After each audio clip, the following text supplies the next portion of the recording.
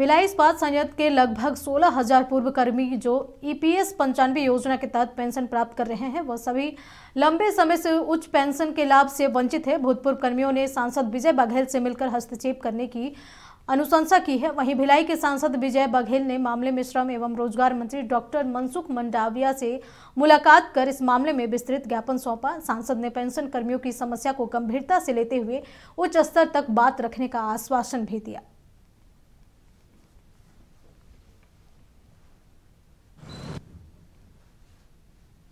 EPF 95 जो pension योजना है उसके तहत जो अधिकार हमारे कर्मचारियों को मिलना चाहिए, जो पेंशन मिलना चाहिए, उससे वो वंचित हैं। सरकार के तरफ से एक पहल हुई थी, श्रम मंत्रालय के तरफ से पैसा जमा कराया गया। कई लोग बेचारे अपने जो